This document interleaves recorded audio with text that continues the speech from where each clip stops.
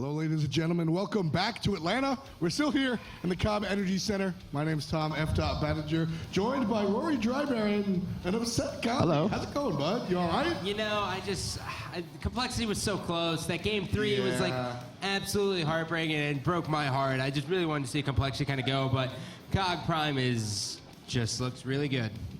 Very good. Absolutely good. I think the coolest thing is that we're seeing a lot of dynamic change in the teams, right? Cog Prime came into that, looked strong. Complexity's like, I can break this down. I can figure out how to beat them. And they figured it out, and then Cog Prime figured out how to beat what they figured out. And it seems like a lot of back and forth, and it was very, very close. Yeah, and the big thing with complexity was, I talked to them, and they were like, well, we kind of watched the Cog-Red series and how they did versus Dig, and we were just like, all right, everything we practiced, throw out the window. They were bringing some crazy stuff in here. We're going to try something else, and that's what they did. And I think it worked out. I think the Thor play on Weekend was a little, wishy-washy. I think he had a lot more damage than he could have done, but overall, I think Cog Prime and Cog Red just really did an amazing job formulating strats. Yeah, I agree with you on that.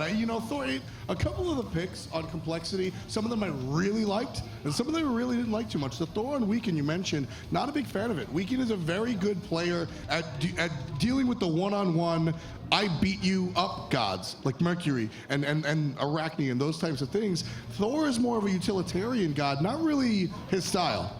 Well, I think the big thing about the Cogs, right, is they lucked out in the way that they were on separate sides of the bracket. Not because they're the best teams. I think it's because they were scrimming against each other. And you saw from the first match that Complexity came out and they're like, I don't really know what Cog Prime does nowadays. I haven't played against him enough. Whereas Cog Red and Cog Prime, they know each other really well, didn't have to play each other. So in the first match, I think that if Complexity came out knowing what they knew in the second match, that would have been a whole different series because they came out AMC and Odin. And that did not work. Well, so here was the thing with AMC Odin, right? So one, it was kind of like a feel round for him. But the big thing with AMC Odin is in scrims, they were like, oh, wow, we have so much wave clear potential. We're going to go ahead and go into their red. But it wasn't able to happen because on the other side of the map, Divios was double-handing everything, and Lassus was just obsolete. So that was kind of like the big thing. But like looking at... God, complexity. I'm just so heartbroken. I wanted it, man. I wanted it. It's rough. It was really rough. I mean, the guys at Complexity are fantastic dudes. Weekend, good friends with Gandhi, and Incon and I are good friends. Allied, fellow New York native, so I got a spot right there in my heart. We don't talk about New York. New York and New Jersey are like the same thing. They really are. We are moving past that point, onto the Vulcan pick that Allied picked. You know, last land, we saw Mercury come up in the ADC role. And then jungle, solo. I think Jeremy played him mid once. He played every single position. Incon took him to support. Are we going to see that with Vulcan? It was Snoopy at first, same person who revolutionized the Mercury Hunter. So now we have another hunter playing Vulcan. Now, what's up? We touched that on a little bit when Bart and I were casting it, right? We looked at it and said, is he going to go unicorn build and build Brawler's Beatstick? And we realized, actually, against Vulcan, I don't have to do that. So it changes the thought process, right? So you're getting different builds out of it. You're changing the way they think about going against it. But at the same point, right, and then when the game got late and you wanted those big crit numbers, Vulcan couldn't deliver because it's all about hitting that 3 and 1, whereas like the hunter could miss for 5 seconds straight and then start hitting, and all of a sudden everything changes, right? So you look and you wonder, can it work? Yes. Was it the right time? Possibly. Is it something that can consistently happen? No. Well, see, I think the Vulcan Hunter is actually a really good choice unless you're going up against the hunter that will never miss the basics in Barracuda. Because that's the difference between a mage and a hunter at the core level. A mage will have cooldowns and mana, and then once you get in the late game, the benefit of having a hunter on your team is that basic attacks cost nothing, right? So when you're playing against Barracuda or anybody else that can reliably hit those attacks, the Vulcan burst damage doesn't really do you any good, because once those things are on cooldown, 4 crits and you're dead. Or even, as we saw the penetration build, 4 hits and you're dead. Yeah, and I think that's really a testament to how strong Barracuda has been playing. Exactly. And, this is the first real look we've had at him. Like, we all see his scrims and his, well, not his scrims, but we all see his streams, and it's like, oh my God, it's free elo. You partner up with Barracuda. It's like, oh yeah, I'm gonna make it, right? He's got fanboys. Yeah, exactly. He's got some fanboys out here. I think they're outside getting a hot dog or whatever it is out there. I'm not sure, but. He just still didn't miss. And, Allied, who's known for being really good in 1v1 boxing matches, kind of got bullied. It really did. And I think what we're seeing a lot from these teams is that it seems like there's this idea in their head where they have to bring out new strats at land. They have to bring out new strats at land. And it seems like the innovation doesn't always work, right? They try something new and it fails. They try something new again. It's like, why are you trying to mix with a formula that works all the time?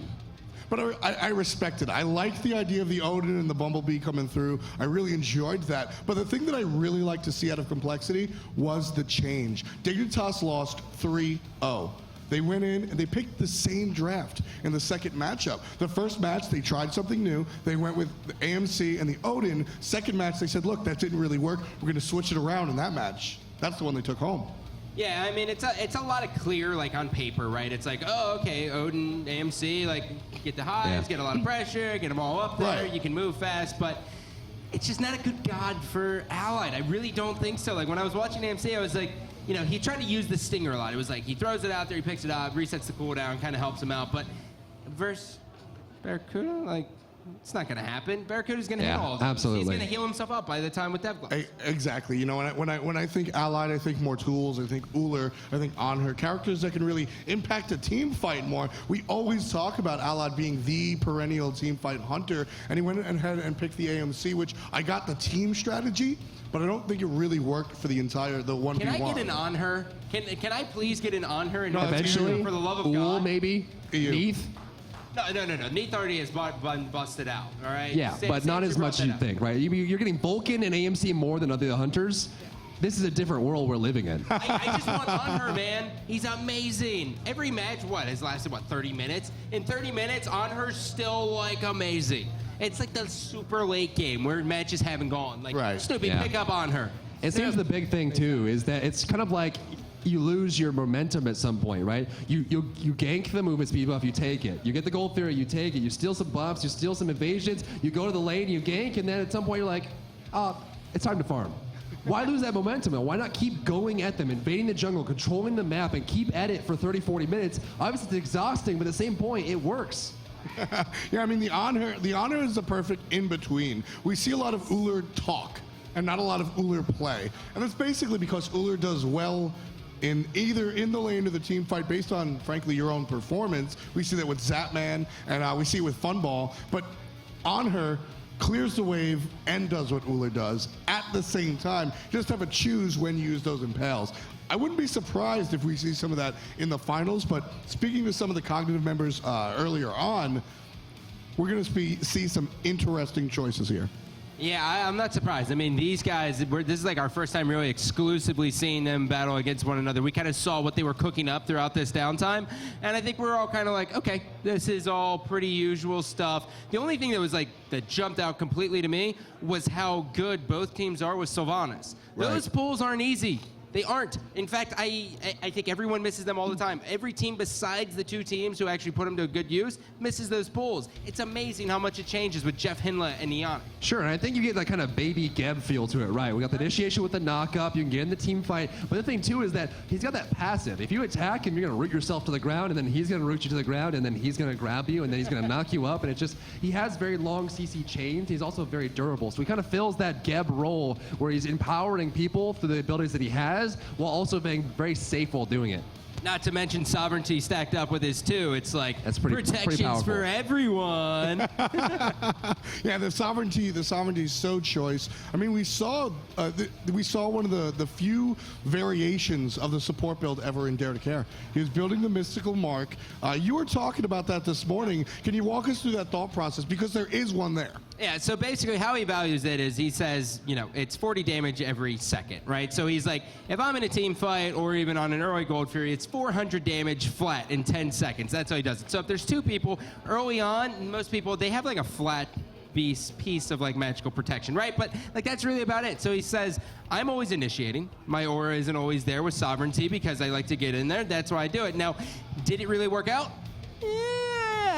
I don't really know how we quantify that besides like looking super into the stats, but based on the results, I guess the answer is no, but that's just a complete disservice to the build. One thing too is that it's all about how much gold you have. And we saw in one of the matches, Odin, starting to fall behind and didn't have the gold income. And so, do you make that hard choice of like, do I skip sovereignty and possibly not finish it for another 20 minutes, or do I get the mystical mail? It's really hard because Guardians have a lot of responsibilities, right? Right. You gotta ward the map, save all the squishies, start the team fight, end the team fight, make sure the objectives are all secured, and also buy sovereignty. So it's just like, how do you balance that gold?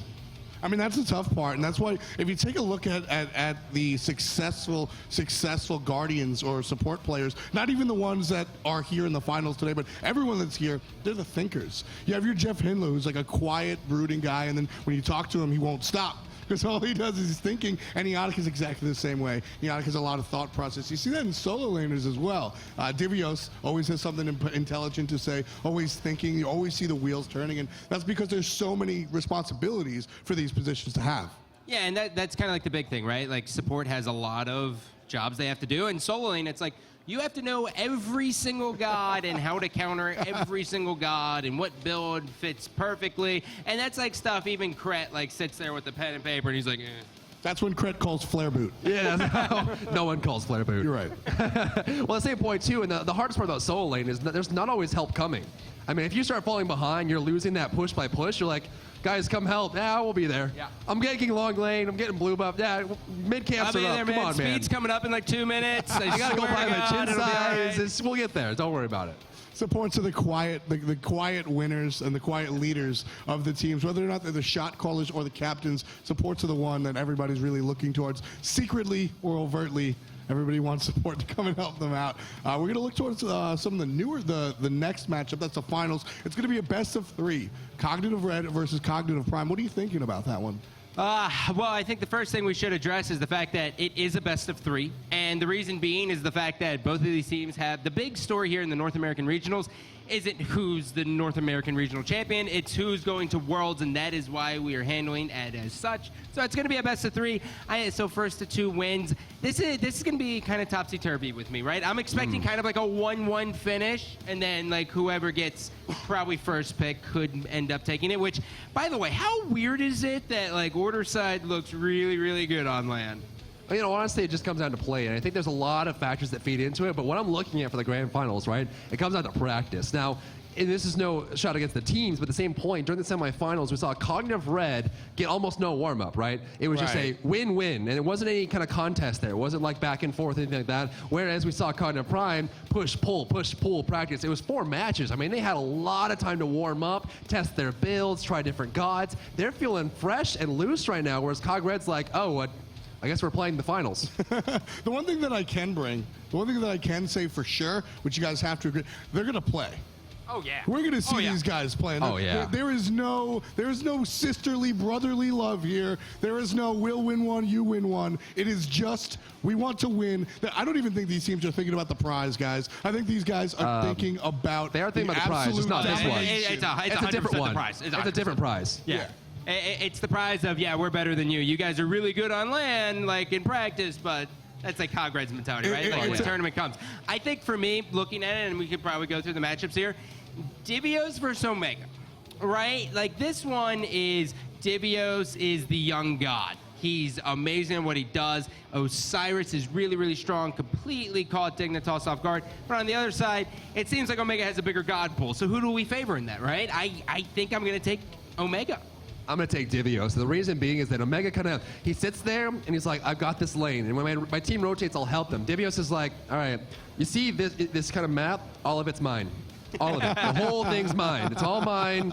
Don't touch it. Don't look at it. And the thing about Divios is it's all over the map. He'll rotate to mid lane. He'll rotate through the jungle camps. He'll steal away a buff, and he goes back and forth. The thing about him, too, is he likes to play characters that no one even thinks to play. Tyr, Osiris. They're like, wait, what are you picking? Are we going to see a Tyr? Are we going to see a Tyr out of him? I hope so. Maybe. Tyr's one of my favorite characters. He's just so explosive. Hard. He's so How about hard. this? Hard, and How about this? I mean, these are both Smite World Championship qualifiers, and the SWC convention skin is Tyr. That is it. We are going to take a look. The sock puppeteer? No, the convention skin. Oh, the convention skin. Well, the sock puppeteer is just kind of like overshadows everything, right? It's so cool. Well, you guys can continue arguing about skins, but I want to look at brackets. So let's take a look at brackets and what we're looking at for the earlier matches. We saw Team Dignitas. we saw Team Dignitas fight Fat Chunks. Complexity and Rambozos were on the bottom side. And then moving on, Cognitive Red and Team Dignitas, they're the ones that just went ahead and did it. So Cognitive Prime versus Complexity 3-1. That was an impressive match. But Cognitive Red versus Cognitive Prime, that's the real thing that we're worried about. We want to see those two teams play. We want to see who they're going to pick, who they're going to look at. And you guys said the Soul Lane. So we have a Divios choice, and we have an Omega choice. Me? I can't pick Soul Lane. You got to see what the rest of the team is doing. And that's what's This really guy. about it. This guy. Wow. Let's just You turn it gotta like see what the this. rest We're of just the going to team keep are it this So way. how How's are it going, you doing Gandhi? today? How you Yes, doing? things are Hey. good. How the rest of the team's doing? Okay, well, then I guess the next big thing is then let's talk Boosh and Stealth. Okay. Right? Let's do Boosh and Stealth. That's where I was going with that. Yeah, With- oh, yeah, of course, sure he of was, course. right? Yeah. Before you can say anything about Soul Lane, you got to take a look at the jungle and the mid, because those are really it's a bond, it's a unit. Can you really have a show with just a basser, with a bass player? No, you need bass, guitar, and drums, and that's really what these teams look at. Hipster music, bro. You need a solo lane, a jungle, and a mid lane. So let's look at Boosh versus Stealth. Where their choices in gods are similar. They do Ra, Kukul Khan, which I think we're gonna see. I hope we're gonna see. So that's the type of stuff. What do you guys? What's the difference between these two players? I think the big difference here is Scylla. I think Scylla being picked up by Stealth is night and day different. I think this team's fully based on setups. They're just like, okay, Stealth, I got a route. Okay, he's coming up back to you. Yep, Hercules, we got it. Driving straight into a wall. Go ahead, and I'm a monster. Like, and Jeff Hinless speaks much faster than me, so it's much more clear, right? So I think that matchup, it's going to come down to like how he's used to Scylla, which he's got a lot of play, but if we take anything from scrims, which we obviously can't because whatever, Cog Prime, I guess. For me, I think nothing's going to happen in the mid lane. Nothing. I think Boosh is very wily. You can't lock him down. I think MLC Stealth is known for his double wars. He sits back, he's like, come on, gank me. Go ahead.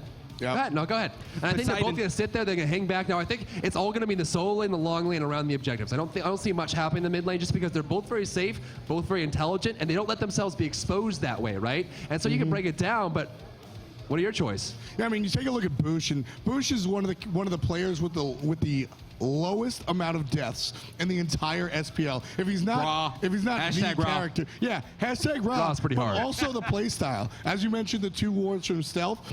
You don't really need that many. So for Boosh, he's just got that 6th sense, so he just doesn't go ahead and die. I actually am going to give this one to Stealth as well. I think he's Oh, got boy. a lot of stuff. Let's take a look at the players themselves. We're taking a look at Cog Red right here. That's Divios, the solo lane we were talking about earlier. He was the one that pulled out the Hercules, and I DM'd somewhere. You know what? Meditation. Stop it. If you guys are both going to get Stealth, I'm going to give it to Boosh. Boosh, where are you, Boosh? Where you at, Booshy? Oh, there he is. There he is. There's that mean mug. I'm giving it to Boosh. Taking Boosh, I just want to see a smile out of Garch's face, right? Like he's already secured a spot in there. Divio smiles enough for all of them. Yeah, he really does. Well, there it is. There she is. There it is. Yeah. So I'm all with it. But I think this one's going to be back and forth. But Cog Prime, like the duo lane, right? Like, Yeah. how do you value Barracuda versus Snoopy? Can you value it? It's hard. I think Barracuda is a lot more stable in the way that he always has his eye on the prize, whereas Snoopy will sometimes veer from the path and look for the team fight, look for the kill, and he'll lock in on that. So, it really comes down to the support. And I'm looking at Jeff Finland to lock that down, but Eonic is just so fantastic. I think the difference there is Jeff Finland, again, very stable, whereas you'll see Eonic's like, I'm going to play Sobek. Deal with it. I mean, you guys are talking about Snoopy and Barracuda? Just the duo Barracuda. lane in general. Barracuda. Barracuda. It's just Barracuda. Snoopy, the Cog Red team has a lot else going on. The Hunter role is not really that's not their pivotal point. When you look at Cog Prime, it's Barracuda. Vulcan. Barracuda. Snoopy's Vulcan. Snoopy's Vulcan's a lot different than Allied's Vulcan. No, you are definitely, well, Allied is the people's Vulcan. Barracuda's Rom. He is the people's Vulcan. Allied He's is the people's Vulcan. Vulcan. That's bringing it back when, well, I mean, Allied's always been on Snipe, but he plays a very good Vulcan. Snoopy has really revolutionized the Hunter Vulcan, though, so maybe the small differences in that lane is really what we're looking at. Before we go, let's take a look at the jungle role. We talked a little bit about it. We said the Gars, Thorgars, Zero Gars, the man by many names. This time he's going by Dagars. And over on Cog Prime, we've got Andenster. It's Real easy. quick, did we have Landinster come out? It's easy. You know, honestly, it's got to be Gars. What I've seen of Enitster today is not the Enitster that we see online. I'm not seeing him hit those numbers, whereas Gars is going off the rails. I'm going to give this to Gars easy. Well, what's interesting to me in this whole scenario, I agree, 100% Gars. I think Annenster has a hard time playing a little bit from behind, and that's definitely what's going to happen in this scenario. But I think for me, you ban out Thor. You give him Kali. Okay, so that happens game 1. Game 2, we grab Kali. We still ban out Thor. He's got Hunbats. He's never lost a game with Hunbats either, man. I Like, see you didn't can't mention shut him down. Thanatos. It's the monkey.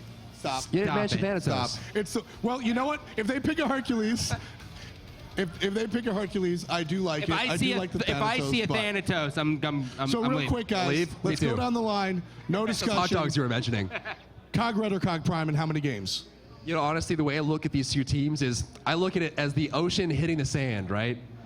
Okay. It's going to be that early game drive from Cog Red that are always very aggressive, whereas Cog Prime seems to sit in their lounge chair, hang out, have some scotch, and they wait for the end of the game to roll out and try to look for their perfect play. So the question is, does the ocean hit the sand hard enough to just break it down, or does it win out in the late game? I'm going to go ahead and actually give it to Cog Red. So for some reason, he said Cog Red. What about you, Scott Condi? I think both teams are going to fight hard. Imagine that was my answer. That's a nice now. F-dot answer. Nice job. That's an F-dot answer, right? You're killing me, guys. Craig's over there like, well, statistically. I think the best Can we team's get a going to win and mega- everyone's friends. I think it's going to come down to a lot of Gars kind of versus Andenster. And with that said, I'm going to have to give the advantage to Cog Red. Something about being on the stage All right. and being in a tournament makes Cog Red perform better than Cog Prime. Fantastic. So we've got one for Cog Red, one for Cog Red. I'm going to go the other way. I think Cog Prime just looked way too strong. They got a lot of practice against complexity. We're going to take a look at that. But first, let's take a gander at what we'll see at Worlds. Hello, guys, and welcome back to the Expert Desk, where I am joined by Kret once again. It is Cog Red and Cog Prime now joining Aquila and SK Gaming in the World Championships, and I'm really excited to see how they do. But before they do that, they're going to have to face each other in a best-of-3. So, Kret, give me a breakdown of this matchup. Well, it's really an interesting dynamic because these two teams scrim exclusively in secret, like secret. Yeah. They locked the doors, like they practically had Maddie standing outside with a crowbar, right? It's secret. So I expect this to be a different dynamic from what we've seen. First of all, because I expect it to be closer than Cog Red and Dignitas, and second of all, because Complexity and Prime, they were sort of throwing ideas back and forth, right? Like, Complexity was like, okay, well, what if we do this AMC Odin thing? And it didn't work, but they're sort of playing with each other. These two teams know each other, so they have a plan going in, and they've probably been talking about it for a few hours. Do you think the two teams are maybe going to back off a little bit, be a little less aggressive because they both know that they're in the World Championships, or are they still going to give it their all because seeding is pretty important for the World Championships? Seeding does matter a lot, but I think, if anything, the fact that they're in the World Championships could make them more aggressive, right? When you have nothing to lose, you've already made it, it's just first and second, why not go for the big plays? Why not try and look as good as possible? And both of these teams have playmakers who love the limelight, players like the Gars and players like your boy, Barracuda. Your boy. So do you think we're going to actually see some weird picks here? I mean, Snoopy's been running Vulcan ADC, so I'm sure we will. I mean, Vulcan's OP, apparently. Solo, mid, ADC, wherever you put Vulcan. He's the gonna be new fine. Mercury. I mean, the Vulcan play at competitive level is insane, right? And then you play him yourself, and you're like, what is going on? How is this OP? I don't know what's happening, and it's bad. But the way that these players are playing Vulcan is absolutely unbelievable. I love watching it, and he's going to be a highly contested pick. Apparently, we're in Europe, I guess? Apparently. Unless we have Helen Amir, it's not completely Europe. That's true. So this is going to be an exciting game. Who are you going to give it to for game 1? Whoever picks Helen Ymir, if we're going to go European, we got to go all the way. Ooh, all right. Then everyone, this is going to be an exciting game for sure. The winner of this is going to be seeded first for NA for the World Championships, but both of these teams have already made it to the World Championships. Congratulations to Cog Prime and Cog Red once more. Let's go to the casters for game 1. Hey there, Smite fans. Thank you very, very much for joining us for the end of the day. It's the finals, Cog Prime and Cog Red. Before we get into the games, guys, let's take a look at Cog Prime, how they got here, and some of their best plays. Take it away, Mesmerize. Cognitive Prime. No Megatron.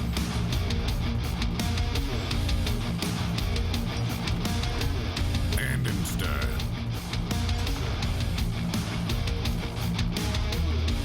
MLC Stealth.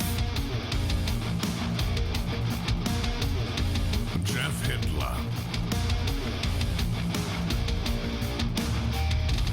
Barracuda.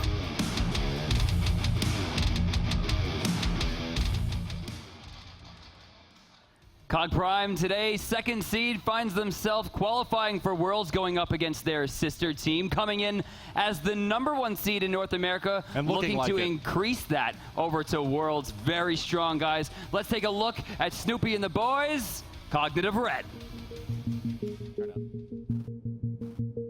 Cognitive Red. Divios.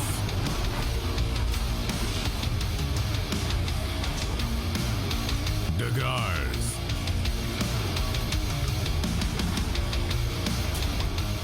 The Boosh. Eonic. Snoopy.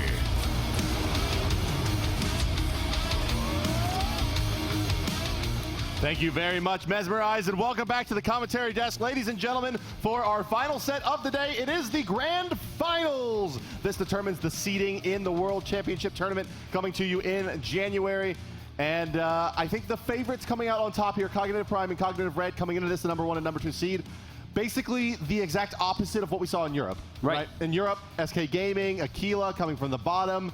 Now they're where they are. And, well, on this side, it's the 1 and 2 seeds that maintain their 1 and 2 seeding. So, interesting fact here, we watched a ton of scrims coming into this. One of the big things is that, is interesting. Cognitive Prime was extremely dominant against Cognitive Red, and they don't scrim anyone else. Right. Which is working out for them.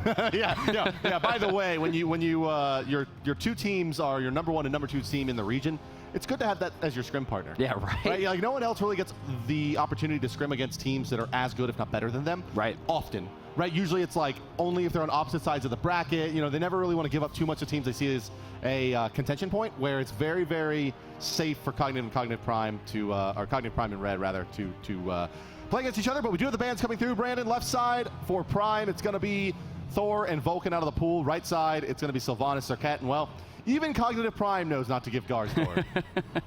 It's probably a very good idea. Geb gets locked in for Jeff Hinla. I'm a big fan of the character. I think he's ridiculously strong. I love to see him get played. Nemesis, though, is a really good pick into it, considering she can strip away those protections. Yeah, protections go bye-bye. The, oh my, Divios.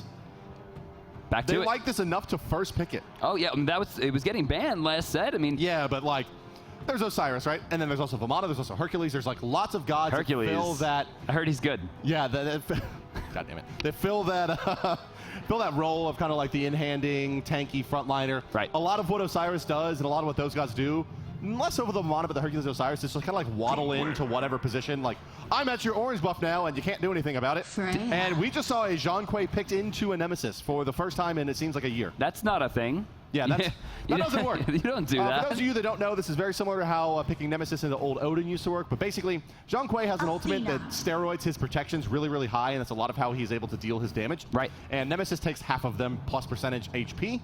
So the typical build for Jean Quay's always basically involve protection and HP stacking. And Nemesis is the ideal god for removing half of that and giving it to herself. Making her unstoppable. Yeah, all of a sudden, you've turned Nemesis into a, like, hyper carry / bruiser. Yeah, and it's something you pretty much never want to deal with. So to see this happen, Stealth must be very, very confident in his ability to stay safe in the mid lane. Yeah, or they're going to run it on maybe full mage. Omega. Yeah, you know, they may just run it Omega, like deep in the solo lane, play it super passive under tower, and just hope not to get ganked. Or you're right. It could be full mage Jean Quay, but like, you're giving him a lot for that. On her gets locked in for, I think, the first time in this tournament. On her for NA. Extremely strong. Yeah, getting some cheers from the crowd there. Everyone likes a good slayer of enemies, as it were, on her title in the game. An incredibly potent god. Honestly, pretty surprising that we don't see it at all. Prime, they're going to be having a bit of fun here, it looks like, because they're going to draft a, well, maybe they're looking at Sun Wukong Arachne, and they're going to take Sun Wukong and Arachne here. This means that it's going to be Barracuda on Freya, most likely. You're going to see Sun Wukong be the solo laner for Omega, and that does leave Stealth in the mid lane. This is strong. You know, a lot of people aren't giving full credit to Sun Wukong. We saw Cyclone Spin play this character yesterday to amazing potential, really just shutting down everyone in his path. Look at this. Final pick of the drafting phase. The best god on arguably the best mid laner in the world, Ra for Boosh. How did that even happen? How was that your 10th pick in a draft? You know what? They were like, all right, we won't pick Ra. We won't do it. And then they're like, hey, pick him as last. Go. Yeah. You're right. There's probably like a handshake. Yeah, let's just friendship ban Ra. You know, we'll keep it above the board. And then who's the drafter? Divios is probably like, nah, let's get him. Oh, man. So we'll be getting into the game in just a second here. Remember, both of these teams have qualified for the Smite World Championships in January. Indeed. But they are fighting for a prize pool here. First place gets, what is it, 25,000? 50% of the pool. Right, and then second place only gets 10,000. That's right, so 15K. It's a 15K game or set right here. So yeah, it's funny. You know, a similar kind of situation, obviously, over in Europe, similar, or the same tournament structure. Like, they're like, we just won, like, 3K each. You know, like they're kind of like, the guys were like leaving, like, oh man, can't wait to play in Worlds, look at all that money. And then they're like, oh wait, like we can like eat steaks tonight because we just won a good sizable chunk of change.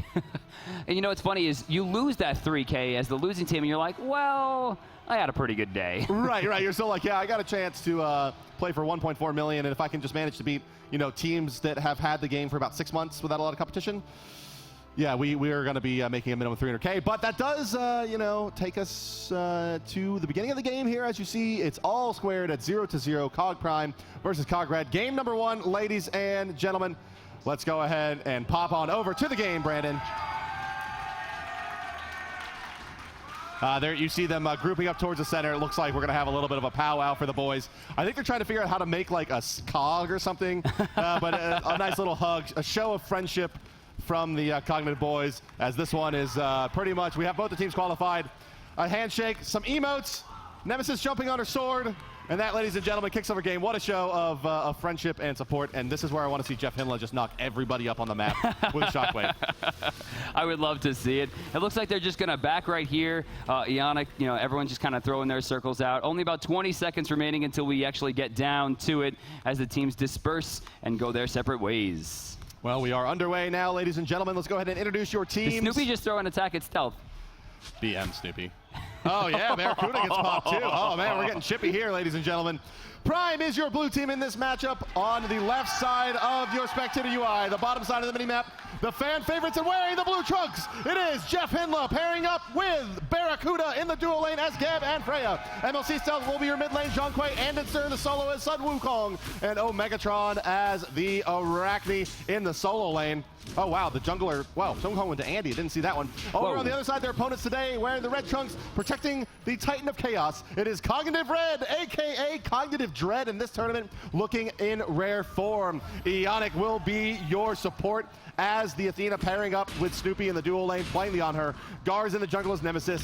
Divios will be your solo lane Osiris, and that leaves the Boosh as the mid lane Ra. So going into it, we know that Prime has had the upper hand in scrims, but we're seeing a lot of things that we thought we might even see during tournament. And solo Arachne was one of those things, although we still assumed that it was going to be Sun Wukong. We're going to see Sun Wukong in the jungle from Andy. Yeah, I just like fully expected it. I guess a little bit of solidarity with Wolfie. Yeah. Showing it off. Let them know that we still got your back. This could have been a Wolfie game. It could have been Sun Wukong and Hell. Yeah, that's right.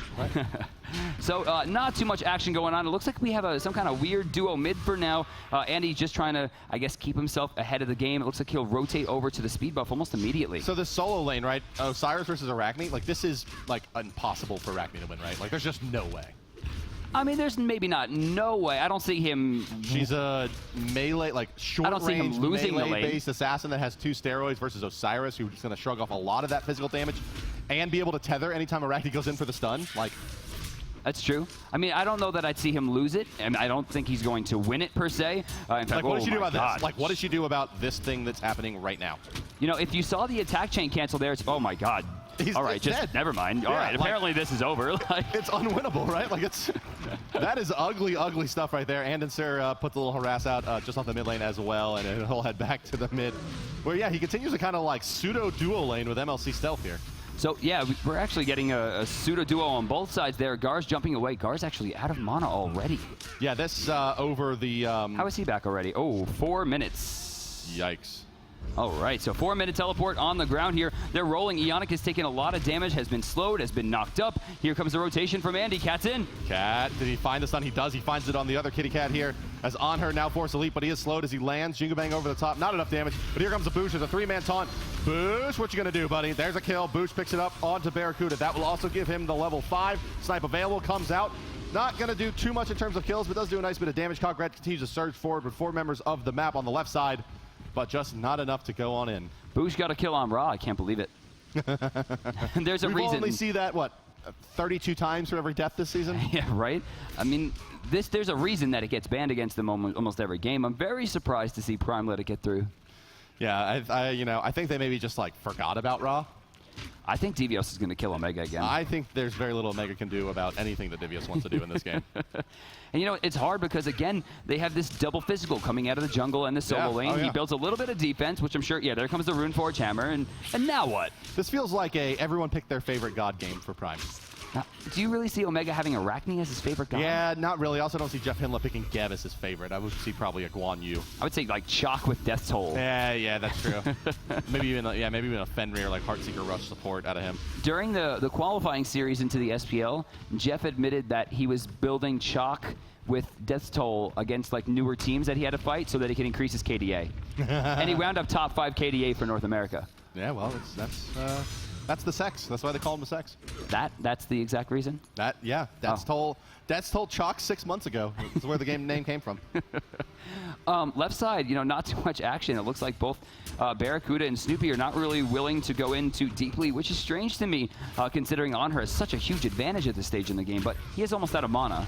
Yeah, you're right. I mean, it's basically, it's Snoopy, the one that has kind of the impetus to aggress here, with the significantly more powerful level, about 4 to 15 probably. Where's he going? Level 4 to whatever, like, Demonic Grip Fatalis gets done. Yeah, I mean, once the main items come online, those core attack speed damaging items for Freya, I mean, she becomes a completely different character. It's like Kali with Shin size. I mean, they're 2 different characters. Yeah, I mean, we even saw, just to kind of give some insight into just how aggressively this god scales with pure attack speed. We saw Witchblades being rushed on Freyas in Europe consistently as the first item. So the magical unicorn build. Right. So left side, it looks like they're trying. Oh, I really like this. Ionic's just kind of holding everything together, waiting for Snoopy, trying not to lose too much so that he can, you know, make sure his carry gets ahead. That's smart. Yeah, good old teamwork. So 2-0 so far. Cognitive Red with a small advantage, nothing to write home about. 1,300 gold, 1,700 experience. I mean, at this stage of the game, that's pretty decent. Oh, sorry, I was just writing home about that lead. Killing me. 1,300 is pretty good, I thought. Oh, yeah? Yeah, you're right. I mean, there's nothing really opening this game up too much. Jeff Hinla with an Jeff. opportunity on the left side. Knock up, Hog, free. Oh, and pushed against the wall there. Some damage coming out. Oh, Snoopy not taking the Cataclysm damage. Miscommunication. Andy going to force away Nemesis, and it looks like they'll be able to retreat off that one, giving the blue buff away. Oh, MLC Stealth's in a lot of trouble because Athena's going to come crashing down. There's the burst damage from the Defender of Olympus. Boosh Snipe off the mark, and that means that Ionic may die here as well. He takes a lot, hiding out behind the Gold Fury. Jeff Hinla with the knockup, going to pull it. It's enough to get the kill as Barracuda comes over the top with the Valkyrie's Discretion. Jeff Hinla is the one now eating the Desert Furious. He's going to go down as well. Gar's trying to stay in and stay relevant. Barracuda's going to get pinned down by Snoopy. Snoopy needs 2 more in hands. 1, there it is. Down you go, son. Being chased down now on the backside is Garz and Andy. Garz slows down but does have the speed buff. Dash is going to be coming back up shortly. Ultimate used by Andy. Andy looking for the burst damage from the ultimate onto Garz, but he continues to pile in around the Boosh. Missed. Waits on Divine Light and misses, and away he goes. Garz dashing to safety. Another big swing, 3 for 1 there for Cog Red. In fact, only losing the support in that, I'm sure they're not too worried about it. And Divios, he made his happy way all the way across the map to take some camps, and probably a Gold Fury on the back of this. I really expected Prime to be much stronger. I mean, the domination that I saw in scrims was next level. I mean, it was one-sided, and now it's just the opposite. Cog Red did the same thing they did at the last LAN. They came in demoralized. Everyone thought they were going to do, you know, mediocrely from what we saw, and then out of nowhere, they're the top team again. Yeah, except for your boy. I called it a 3-1. I got the second one at a 3-2 also. I was off by 1 game in both sets, but pick the winners. It's true. I'm good at video games. I thought Dignitas was going to come out a little bit stronger. You know, Cog Red didn't look great, but to this morning, that was the best Cog Red has ever looked. I mean, Cog Red had more kills in any game than Dig had in the 3. Yeah. That's rough. That's a stat. That's just it though. They did their homework. They knew what they were getting into. They got good practice. Set up on the right side.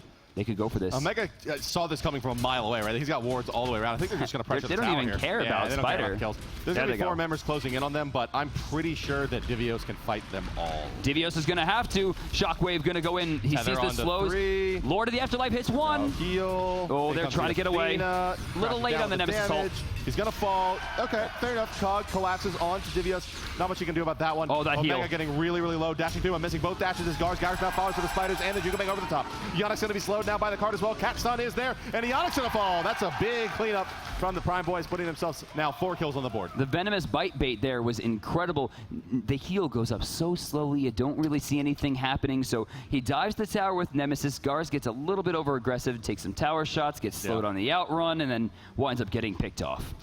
So Divios does take a spill. His was it like his 3rd death on Osiris in tournament play now? Maybe.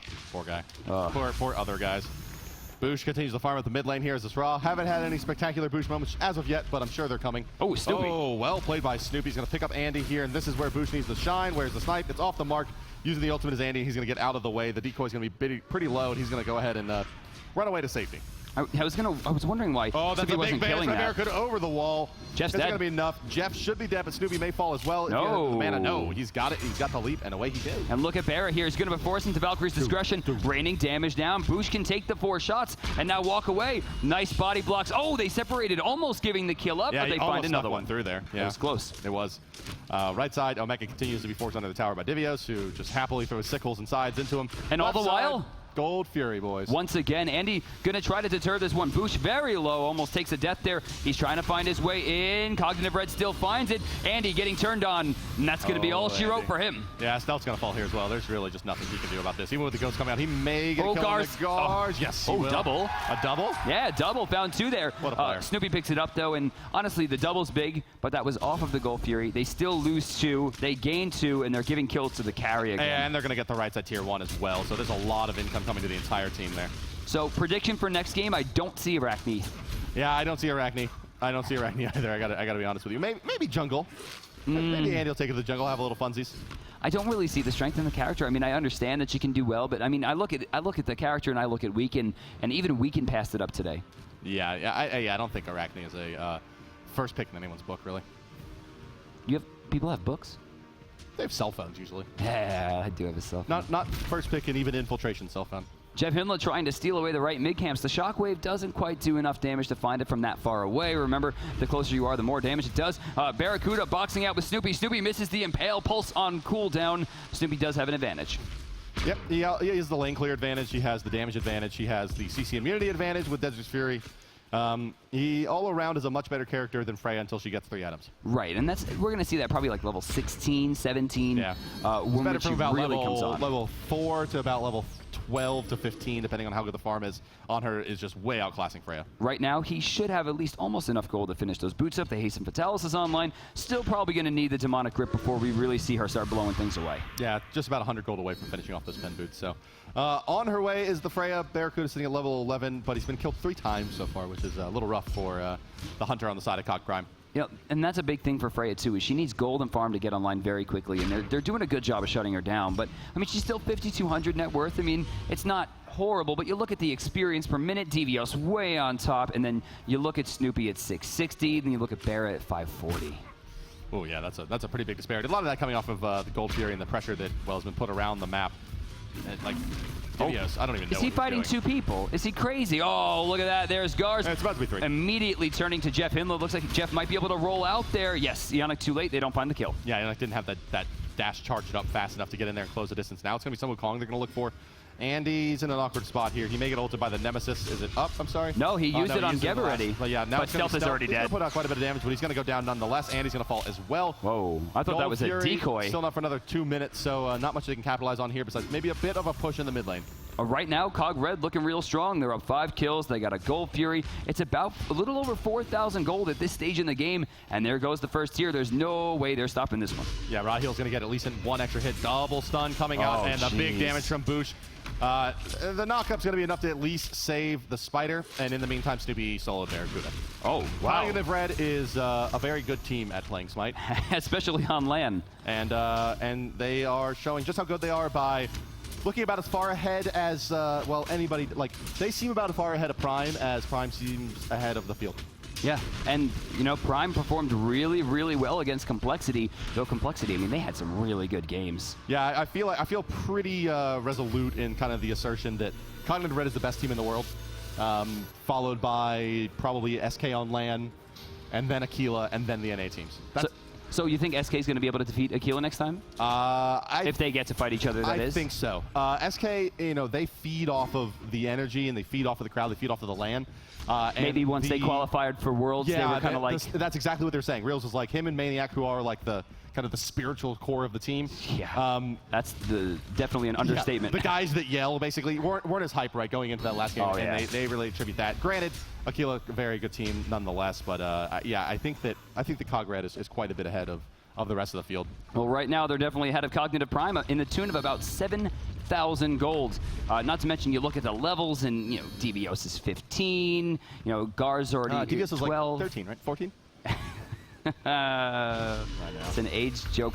Jeff with an awkward blink right there finds 2 in the Cataclysm, but will go down to the Desert Fury, forcing the Valkyrie's Dispersion as well. Yeah, Valkyrie's Discretion moving, like, you know, but Barracuda can't even really move forward at all. MLC Stealth's going to chase him down with some ghosts, but it's only going to do so much. Anderson's going to try to fight in that Solar Blessing. That's going to be a Andy needs to run, is what Andy needs to do. Now, Andy's done for, and Snoopy just continues to pile on the kills here. 7-0 and 4 for the Onher. And well, if you've ever played a game against an Onher that has 7 kills and no deaths, you will know exactly how painful this is. His passive is ridiculous. The early Executioner makes it so that he's doing true damage. Yeah. And he can build pretty much any item that has power or attack speed or pen on it, and will be able to kill everyone on the map. Bart, check this out. Gold Fury's up in 2 seconds. Yeah, it's up now. Look at that. They can go for this tier 2, 1,500 gold. Then go for the Gold Fury, baiting it. Oh, jumping real deep. Devios, Valkyrie's, the Banish will send him away, but the Pulse is on cooldown. Banish is on cooldown. Their initiation's going to be rough here as they turn their sights on Cog Red once again to the Gold Fury. Yeah, they're going to head back over there. Been up for about 30 seconds, as you mentioned there. She is not going to have a very long lifetime. Where's Jeff? Go round. That's 1,500. That's free. A free 3,000 gold swing right there. That's going to be a 10,000 gold difference in 14 minutes. Yikes. 10,000 XP, 10,000 gold. Maybe this wasn't Dignitas. A lot of thousands. Maybe it wasn't that Cog Red knew what they, did their homework. Maybe Cog Red just decided to show up today because this is the same game that we saw against Dig. Yeah. Oh yeah. No. Like I said, I think it's not so much really a referendum on Dignitas's relative strength. It's more that Cognitive Red is significantly ahead of everyone else playing competitive Smite right now. So do you think things would have changed if Dignitas went up against Prime? I think it would have been more competitive. Okay. I don't think the outcome would have changed now. Oh, really? So you think either way, both Cogs were getting through? Yeah. Wow. Okay. Yeah, I think so. I think that. Shout out to David Fry. Yeah, I think that the having the scrim partner in Cognitive Red was really important for Cognitive Prime, and that they looked really good. I think that game with Complexity.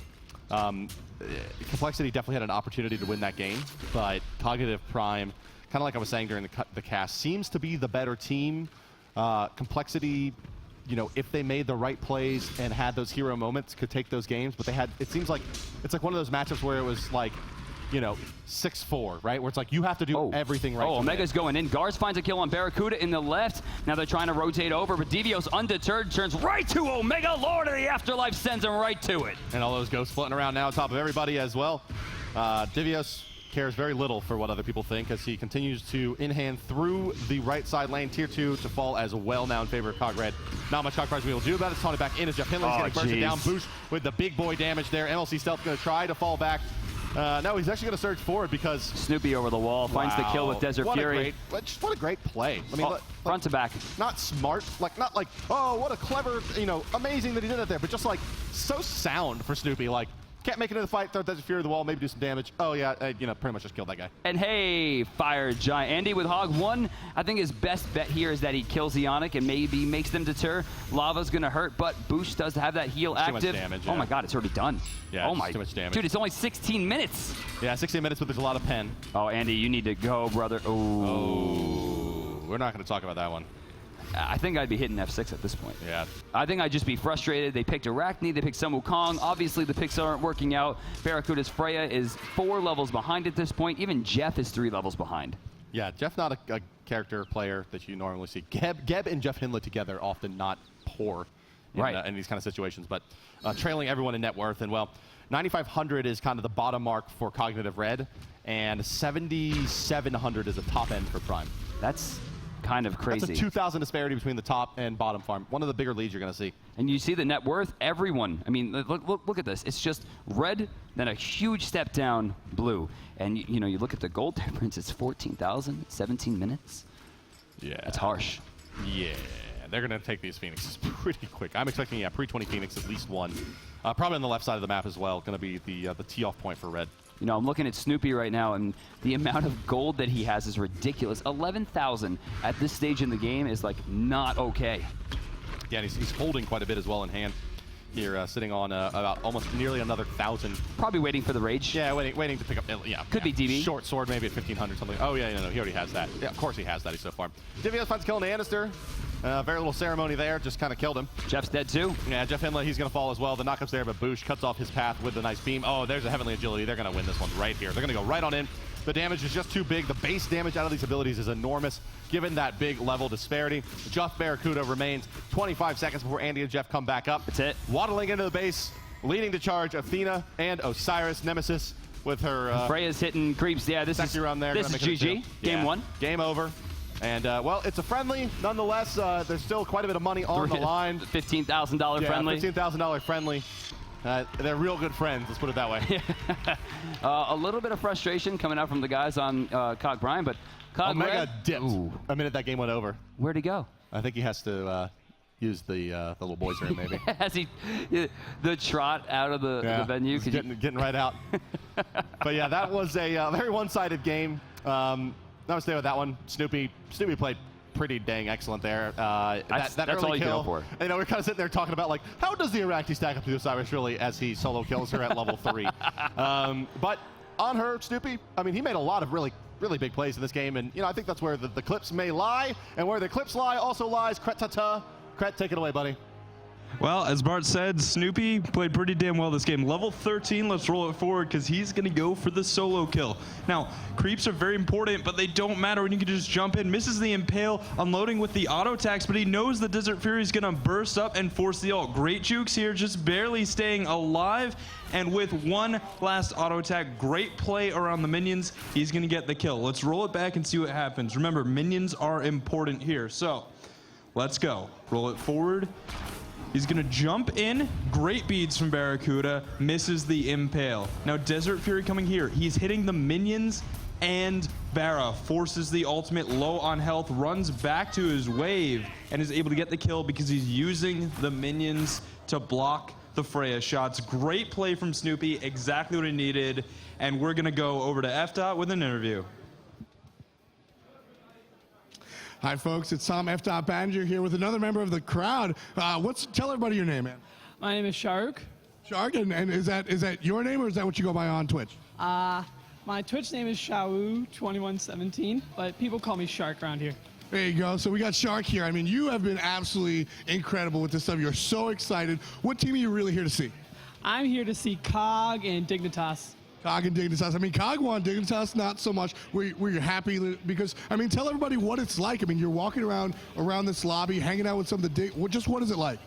Well, being a League player, coming to the Smite event, it's amazing. I mean, chilling with the Dignitas players, all amazing people. Cog, especially Boosh, and thanks to my boy BK, who got me introduced to him. It's amazing. A lot of the players and the content here is amazing. The staff was perfect. Yeah, it's a lot of fun. So you got to meet the guys from Dignitas and everybody, right? Oh yeah, and we had a lot of fun. I gotta enjoy. There was a lot of stuff that happened before and after, even during the events. The plays, the fun, the food, the drinks. Oh, the food. Yeah, we did have some awesome food. Now, is there anybody you want to say hi back to at home? Shout out to my boy BK. You're amazing. Shout out to all the people who worked with me. Thank you. And I wish everybody who's competing the best of luck. Fantastic. That's it from Shark. We're going to cut it to Kelly and see what she's got to say with the stuff. Hey guys, I'm here with Cred at the expert desk. One more. We're going to talk a little bit about the game that we just saw. Cog Red's decimation reminded me of Cog Red versus Dignitas. What happened to Cog Prime there? You know, I think Cog Red, they sat down, they had a strategy meeting, and they're like, okay, guys, we got to go up against Cog Prime. We scrimmed against them a lot. And from what we've heard, the scrims were more towards Cog Prime. So Cog Red was like, okay, we're going to get in a game, and we're going to kill them all over and over until we win.